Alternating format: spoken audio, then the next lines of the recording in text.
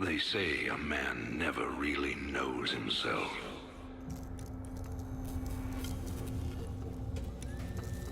Until his freedom's been taken away.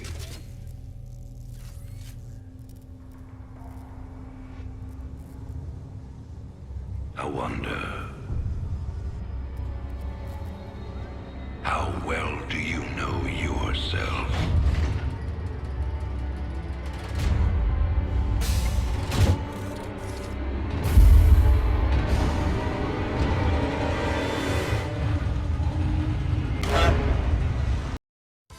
Hi, I'm Jack the Hearts. You may remember me from such challenge runs as...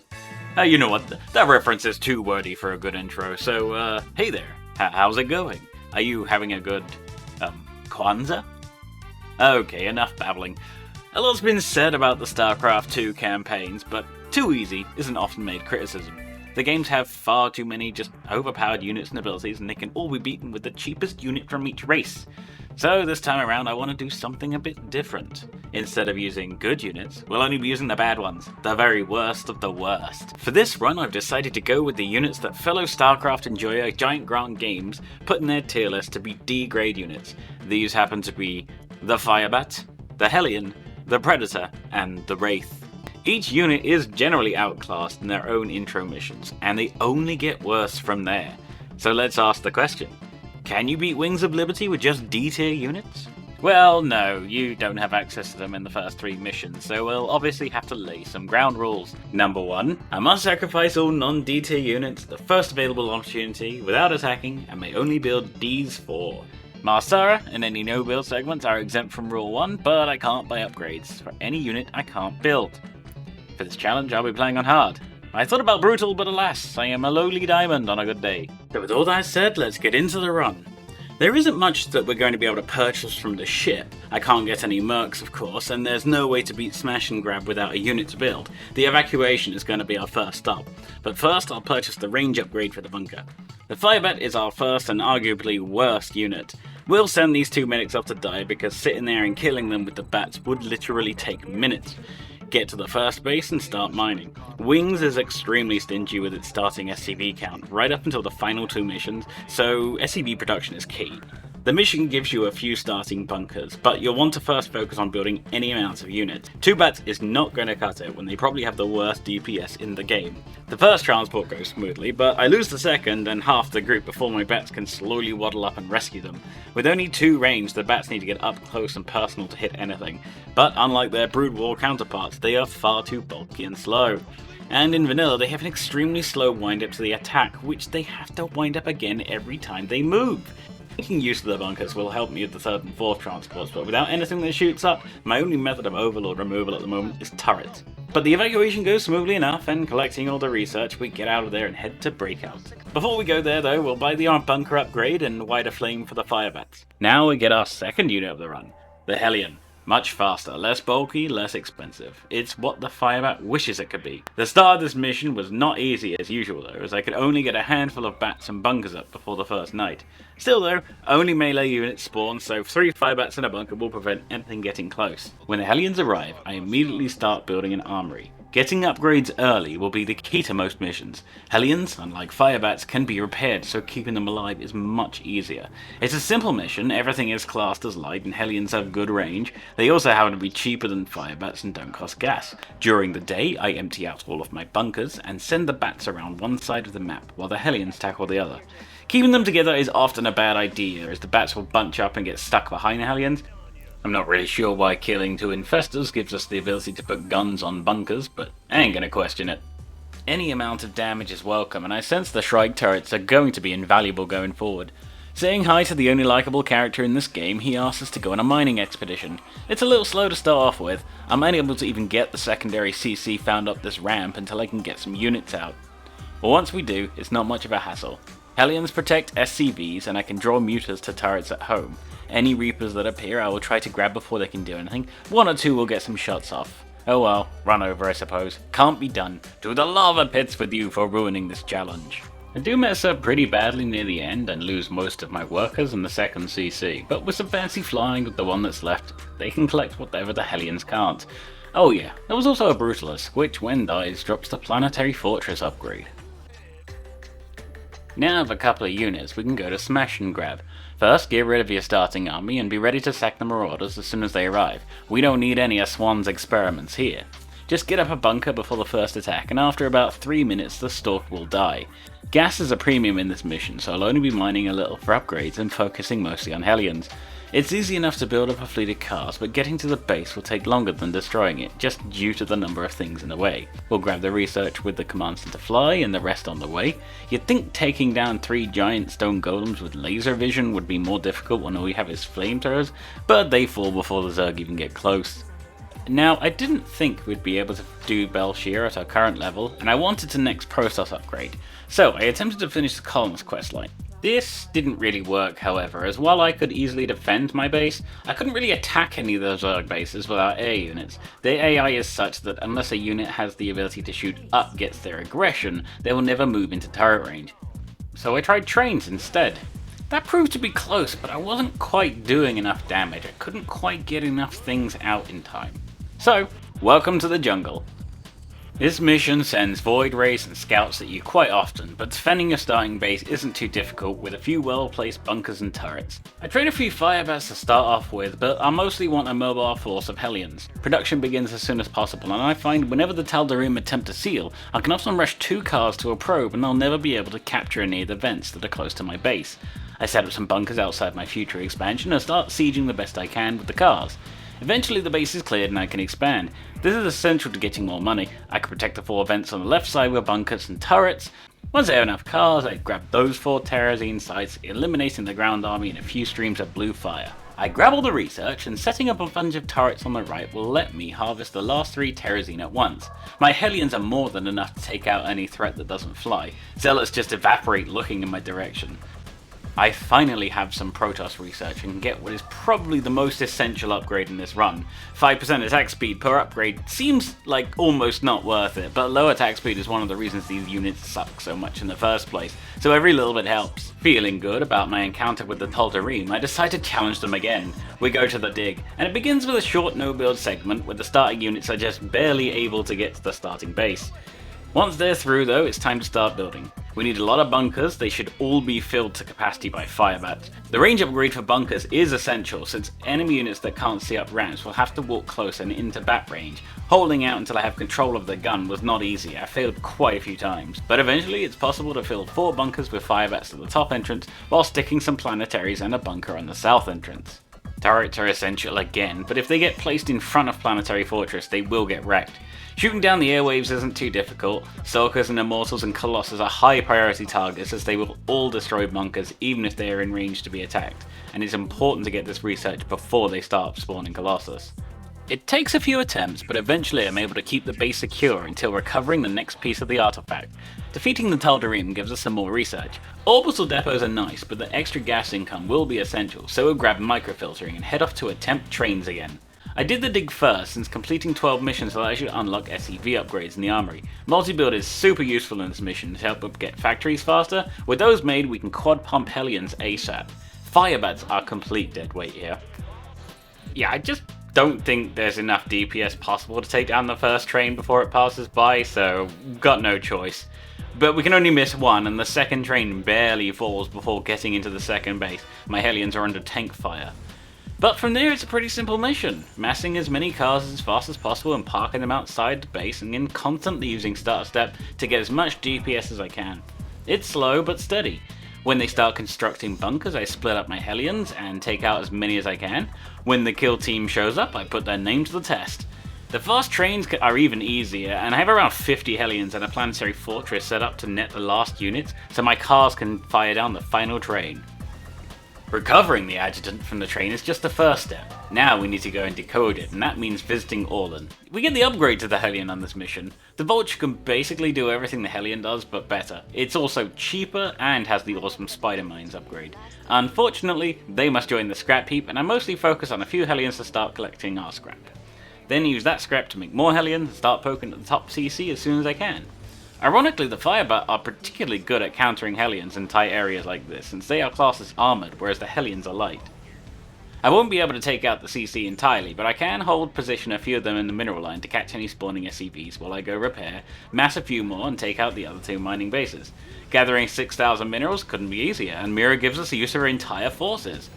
8 war pigs, 4 hammer securities, 4 Spartan companies, 4 medics, 4 diamondbacks, and 2 siege breakers. Enough by themselves to win the mission, so they must be forced into early retirement. I play hopscotch on the tech labs and the reactors, make a few racks and factories to max out on mostly Hellions, but with a dozen of hosts, so firebats to tank the shots. By now they have the extra armor upgrade, but without medics they're almost entirely resigned to being bunker fodder. I max out with full upgrades and don't even break a sweat DPSing down Orlan's fortress.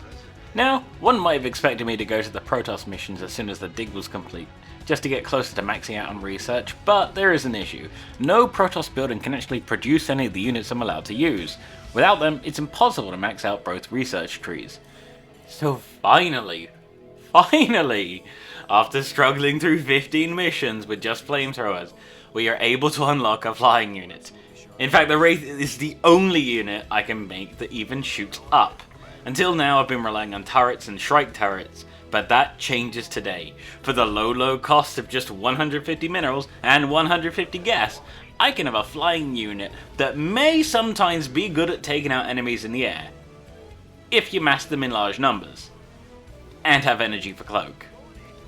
And the less said about the toy laser pointers that shoot the ground, the better. Still, I'll take anything I can get at this point, and even mass race will do damage, surely. The first Protoss research becomes essential here, as we will have a lot of ground targets to take out in the coming missions. I will need to eke out every point of damage as possible to survive. At base level, Race will do around 4.7 damage per second with lasers.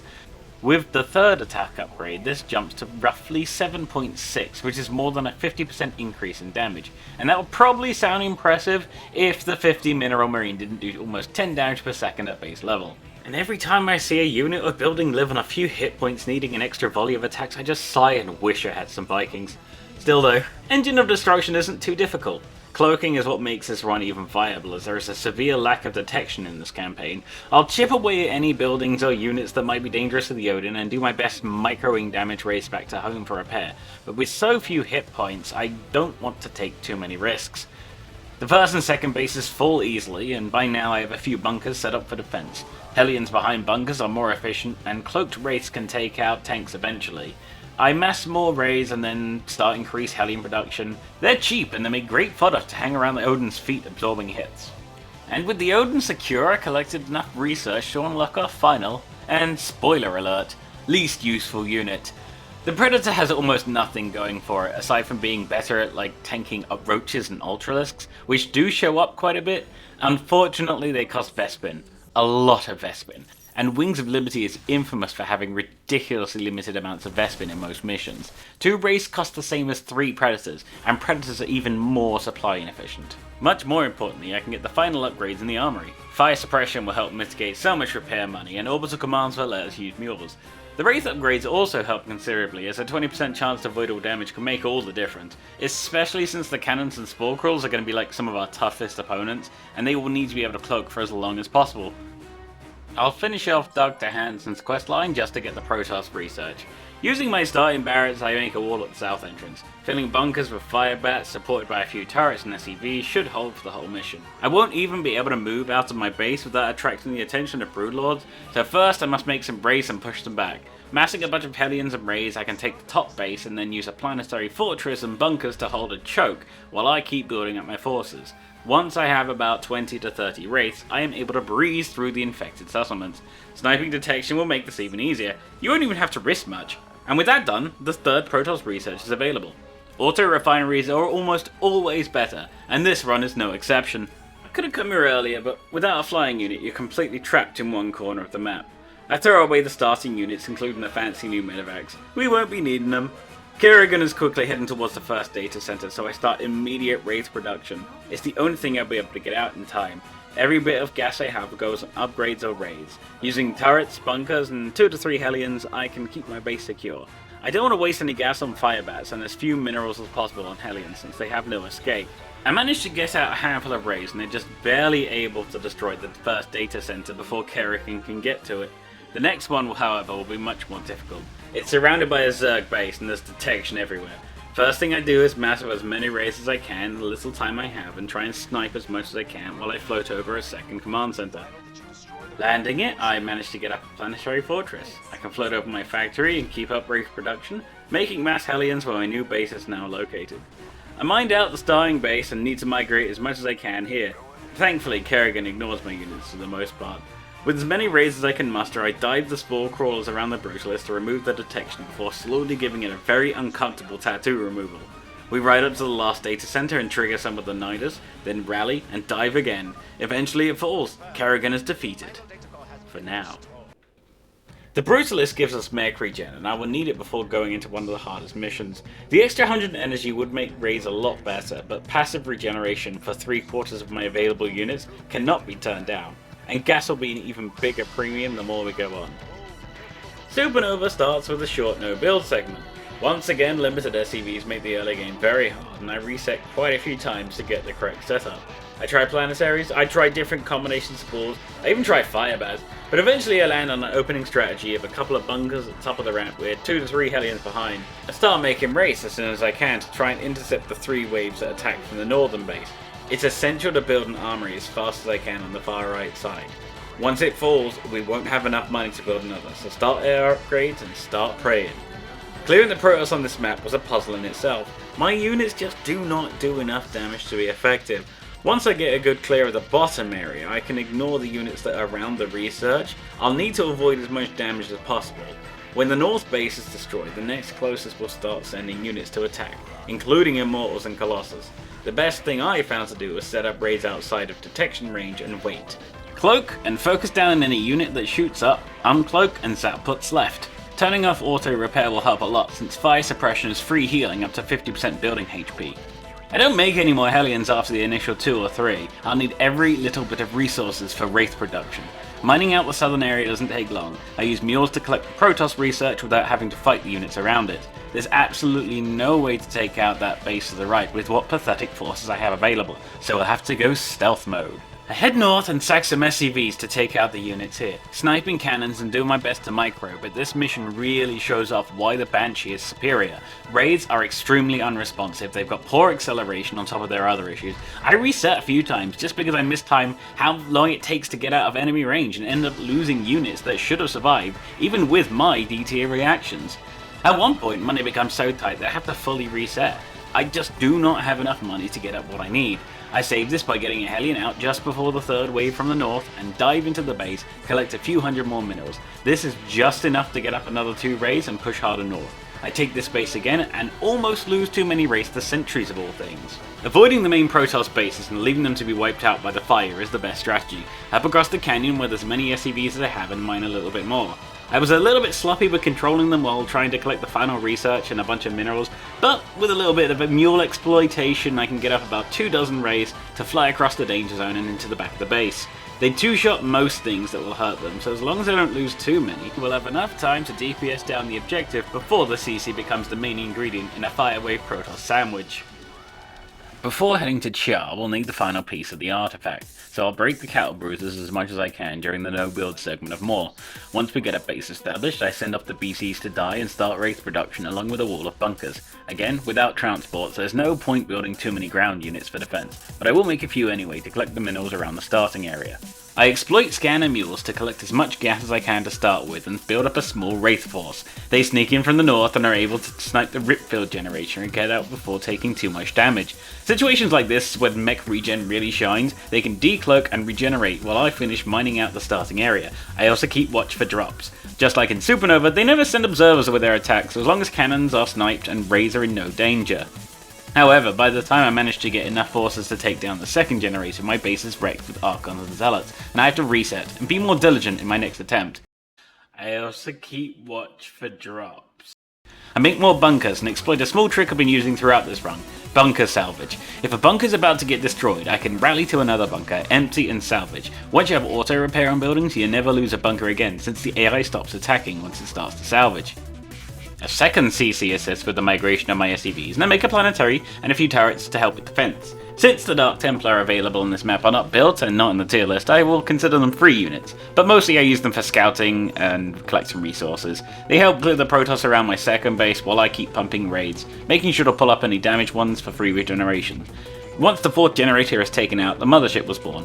I do my best to start taking things out, but the deeper you get, the more detection there is. Raids just have few 2 health points to keep up a sustained battle in the field, and there's too much production to snipe it all effectively. I attempt to dive the sides and take out the generators while sniping air units and detection on the way, but I'm unable to escape effectively. I lose too much and I won't be able to take out the mothership protecting the core. I really think this run is over. I spent quite a while on and off recording testing this run, testing this mission, and I was really stumped, and I just gave up. I just thought, I guess raids aren't good enough and it just can't be done. Wait a minute, I'm a bloody fool. This is vanilla, you don't have to kill the mothership. So I just dive the objective. I find out that mech regen is enough to sustain my huge wraith force long enough to not only destroy the core, but take out the mothership at the same time. Now, I've got the final Tosh mission open, but I didn't bother doing it as the reward is just money. I really haven't had a use for that in such a long time. I could go to Char since there's no more research available, but I decided to finish the Rebel questline and go to Media Blitz. I feel like having control of the Odin will be too powerful, so I poke the statue to draw aggro and end the sneak attack early. Once I have control of my base, I want to start Hellion production early as they tend to send quite a few Marines to attack. Hellions have been the MVP of this run, solving a bunch of problems I didn't even know I was going to have. Of course, 3 Banshees nearly wrecked my entire base, as Wraiths not only suck against ground targets, but air targets too. You need at least 20 to do anything effectively. Still though, I keep up my defenses and try to take this command center early, and then almost lose my whole army to a single tank. After a short war of attrition, my forces start to snowball, and it's fairly easy to take the 2 bases to get 3 base income. Finally, the game has stopped being stingy with gas. I'm sure that will last. I could have made use of Predators on this map to help with things like enemy Reapers and Hellions, which do appear quite often, but in the end I didn't need them. It was all Hellions and Raids, baby.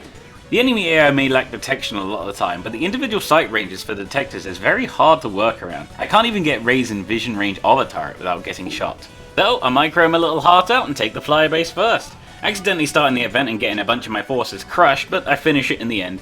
The light unit base to the south is my next target, and I use my Raids to spawn camp the drops. Without any detection, the Raids are invincible. I use them to fly around the final base, sniping tanks and turrets as I go, then A-move everything that's left onto the objective. Media blitzed. I'm sure the tyrant will be deposed after that scathing report. While on Core Hull, I grabbed the secret mission, but I somehow didn't notice that you get 3 Protoss research for it. I assumed there wouldn't be a way to max out either of the trees. So we're off to Char finally. The Gates of Hell is aptly named. The difficulty ramped up so high I died about 20 times before I could even find a solid opener. Suffice it to say, I need to pull out every trick I learned and invent some new ones just to make it through. I don't usually do this, but since I had so many starting units and there's a bunch of starting resources around the base I need to collect, I sacrifice my invalid army by using them to pick up stuff on the way, so my economy can get a little boost. This still only helped a little, as Zerglings would start poking at my base almost immediately. I had to build extra bunkers and get firebats in them as soon as possible or Lings would wreck everything without opposition. Even then I would sometimes lose bunkers before they could be evacuated and salvaged. Space is a huge premium in this level too. Once I had a few firebats, I lifted it up and used the tech lab for Wraith production while I started getting a few Hellions and a planetary fortress on the left side. This will buffer for the first half of the mission. Again, attack upgrades are essential. There wasn't enough space for a second armory. If you're fast enough, you can get up defenses while slowly building up Raids and Hellions. Predators are once again not viable as I needed every puff of gas for Wraiths and upgrades. When the starport arrives, I mule and fly it home without risking any units as I absolutely need that double Wraith production. I leave all the rescue pods to die as almost none of them have any units I can even use. Once I have enough Hellions, I will go around the map between drop pod waves to collect the last of the resources and take down these green things for extra gas. By this point, I have almost the 100 supply I need to trigger the second half of the mission, and it's time to migrate as my shit is getting thoroughly kicked in. Keeping the starports and a factory, I take the first CC to the other base near the infested Terrans and start mining it out, making a second planetary and using that as a wall to keep the Zerg at bay. I get the cutscene triggered, and my final objective is to take out 3 Nidus, which happen to be surrounded by spines, spores, and a huge Zerg army. First though, I need to get through those infested Terrans. There's like a million spines, but only 3 spore crawlers, so with enough raves I can effectively snipe detection or anything that shoots up, remove the creep tumors, and everything will die on its own eventually. It's an intense micro battle just trying to avoid damage when it's very difficult to see what's even detecting the raids. Often the Overseer is so deep in the fog you will lose a race just trying to find it. But once you take out the 4 buildings spawning infested Terrans, the rest will die quickly without creep. Mech regen saves an incalculable amount of money, as does turning off auto repair and only using it when necessary. I do my best to snipe the Spore Crawlers with the Hellions and the Spine Crawlers with the Rays, taking out this large group of Flyers and Hydras with these. I slowly crawl north as my base is mined out a long time ago and the Planetary Fortress is on its last legs. I have to move faster. Banelings are the biggest threat in this challenge, so basing them out to be tickled to death by the Rays is a good idea. Watch for Ultras too. Once this hive is taken out and the Spines are dealt with, the objective is in sight.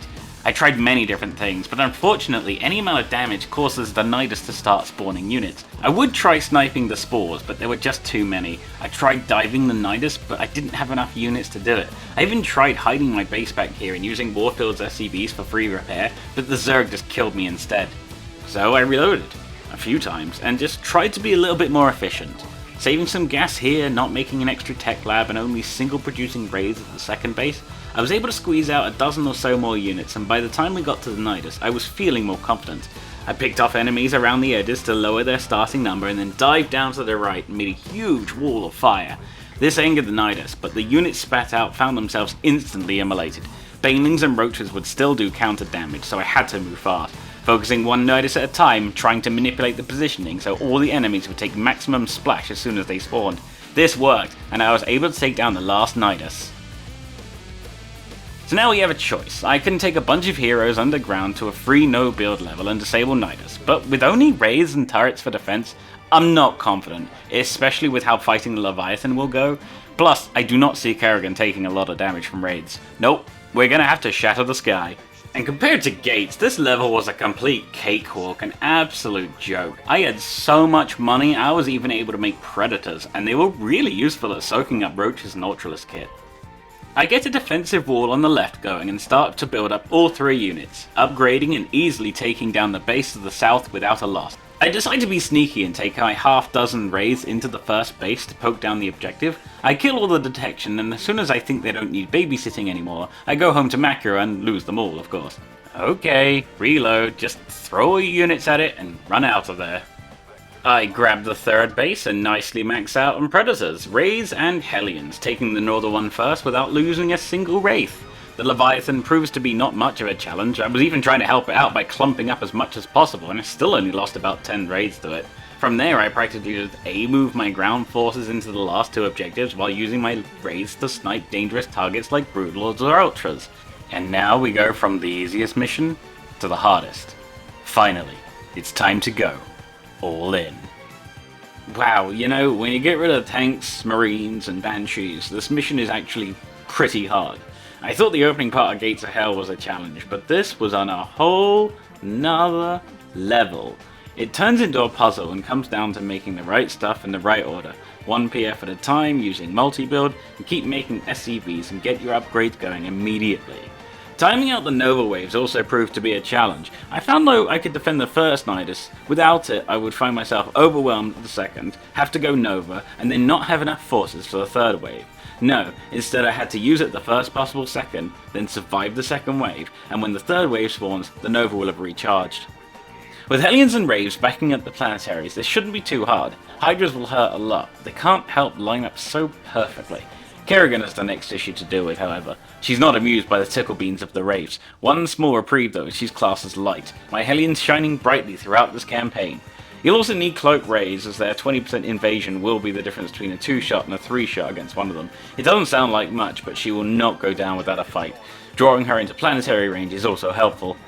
Before the Dropalore wave comes in, we need to get up a lot of bunkers, but keep room for units to move around. These will also be needed to take out the Nidus that spawn inside your walls, and if they do spawn, turrets will take them out. Manual targeting of Nidus will be helpful as they auto-attack units that spawn, leaving the Nidus alive. Unfortunately, I hit a bit of a snag, and no matter how efficient my openings or how good my movement, I'm still losing too much stuff. Every attempt was getting closer and closer, but I was always failing just a little bit short, or being a little bit too slow, or misclicking and not taking out a Nidus in time, and then let out 40 Banelings and an Ultralisk. At this point I was getting quite weary, and I think I could have kept bashing my head against this wall. Eventually it would have broken, But I didn't want to wait that long, so I reloaded to the end of Media Blitz and went to the secret mission. Now it's a no-build mission and we start with some great units. Marines, Medevacs, Marauders, even Jim Raynor himself. Unfortunately, it looks like Jim is going solo after his crew died from a sudden case of gangrene. I can split up the enemies and fight them a few at a time to help mitigate the damage, but this is going to be tight. The first computer's fine, I used the right side turrets to attack Marines while sneaking around the firebats. The next challenge is a clump of units that I can't split up. It's a little tricky, but 2 well-placed grenades will sort them out. I'm able to get Jim to the second computer, but this is just another puzzle. It doesn't matter which one I pick, they all kill the Terrans and then go after Jim. He can't take down what's left by himself, so I have to use a grenade and trying to get through with any amount of HP. There's a heal box here and a new weapon. This plasma gun will be great in taking out any big units like tanks or Vikings. When I activate the robot, I of course pick the flamethrower, and Jim and his robot buddy blaze through the room, luring enemies into conveniently placed explosives and using the plasma gun to take out big targets. Oh, and I almost weep tears of joy when I get to the next computer. The next room doesn't prove to be much easier, even with more units. I tried bum rushing, but that proved ineffective. Then noticed some grenades I missed. I drew out some units with Jim and burned them down with the bats, using the grenade and taking down the turrets. Most of the units here proved to be of little threat to firebats. The Brutalist, however, was another challenge. I think there's a way to cheese it with Jim moving around the pillar, but I couldn't be asked to learn that, so in the end I just lured it into the north room, used every grenade and plasma blast I had to take it down with the assistance of the enemy marauders. The second half of the mission is just an escape segment, and with the time slow ability and a couple of grenades I managed to collect all the research and get out without too many issues. Now, this will give us access to tech reactors, but I thought I might as well do the first Zeratul mission. It's a no-build mission, so technically I'm not breaking any rules, and the extra Zerg research now lets me unlock the Psi Disruptor. If I thought about it, I could have fought the Protoss instead of Zerg at the end of Dr. Hansen's questline, then I would have been able to max out Zerg research without having to touch the crystal. That would have given me enough for Psi Disruptors, and I probably could have made it work. Alas, hindsight. Rule bending aside, it's time to retry Char. Well, Gates of Hell becomes a lot easier with the tech reactors, and I only need a single factory and starport to get double Wraith and Hellion production going, meaning my units will have more space to maneuver and less chance to die to Baneling Splash. It's still difficult, but I clear it much faster and more efficiently. Shatter the Sky goes much similar, and now we're all in again. For realsies this time. Even with every trick I'd learned in the previous attempt, I was still struggling. One big factor I didn't talk about before was RNG. The Nidus can spawn in completely random locations. Sometimes they'll be conveniently clumped up in one corridor, you just burn them all down in an instant. Sometimes they'll be extremely spread out and covered by spore crawlers. Let's just say I got very good at maneuvering Wraiths in and out of detection range and setting up paths so they would avoid as much damage as possible while I could focus on base defense or macro, though many of the reloads were successful simply because the Nidus was spawning in better locations. I felt really good at this attempt, and when Kerrigan 3 shows up, we have enough Hellions and Rays that she goes down with the fewest tries. Razor Swarm is extremely deadly and positioning matters so much. It's often a good idea to sacrifice a few SCVs when she starts coming to bait the first swarm. The sheer number of cars I have means clumping up is inevitable. I can't help but lose some. I'm getting closer and closer, but it's still not working. 90%, my base is falling. I can't seem to be any more efficient. Until I remember I forgot to build Psi Disruptors. I reload to earlier in the mission, set them up in strategic locations, and these make all the difference as Ultralists can no longer attack faster than the SCVs can repair damage. Kerrigan 4 comes and she manages to do serious damage to my remaining army. Even when she dies, I'm hearing almost constant Nidus screams. The map is covered in red dots and attack alerts, and then Kerrigan comes for a final time. I'm down to only a handful of units and the Zerg are in my base. 95%. I'm still having trouble. One single Nidus that is surrounded by spores refuses to die no matter how much I throw at it. I have to reload. One last time. I get a better Nidus spawn, and near the end my middles are down to almost nothing. I spend the last of my mules and bring all my SCVs up to the platform just to meat shield the artifact. And amazingly, Kerrigan is distracted by a fortress while my army and workers hold the hill with the artifact. Nidus scream constantly as they spawn over and over, but met with goodness gracious great walls of fire. The Zerg stream into my base. It falls quickly, but we have bought enough time. The artifact reaches 100%, and one final Nova Blast ends the mission. And there you have it. I didn't think I was going to get there, but I managed to do it, using only Hellions, Wraiths, Predators, and Firebats. Well, not so many Predators, really. It wasn't clean, it wasn't pretty, but even with the worst units, it was possible. I had a lot of fun figuring out many of the missions, having to use tools I haven't touched since my first playthrough in 2010. Yeah, and as I said in the intro, it's clear to see why these units are generally outclassed as soon as you get them. Even the basic, unupgraded Marine is more versatile than anything I was able to use here. The Firebat is clearly the worst in this bunch. The wind-up to attacking makes kiting impossible. The Wraith and Hellion both suffer from similar issues with their attack startups as well. Many times I would think I'd be out of range of Banelings and they'd just take so long to turn their cannons the Banes would catch up and damage or kill some of my cars. With nothing good against armoured ground units, taking out the Protoss was never easy either. It was like death by 1,000 cuts for them. Where was I? Now, I've rambled on way too long already, so if you enjoyed this video, please push all the YouTube buttons. I was thinking of doing this again on Brutal with C-tier units added in, so if that's something you'd like to see, leave a comment. There's a link to my Patreon and Blue Sky in the description if you want to follow me or send me a tip. So thanks for watching. I've got more challenge runs coming in the future if you're into that sort of thing, so ciao for now.